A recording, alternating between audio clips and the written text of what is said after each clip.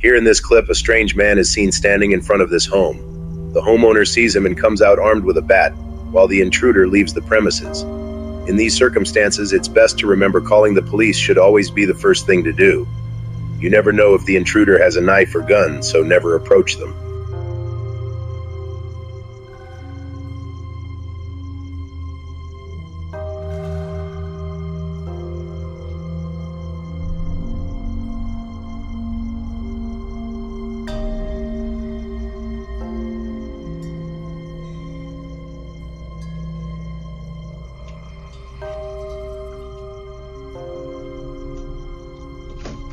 Get the fuck out of here!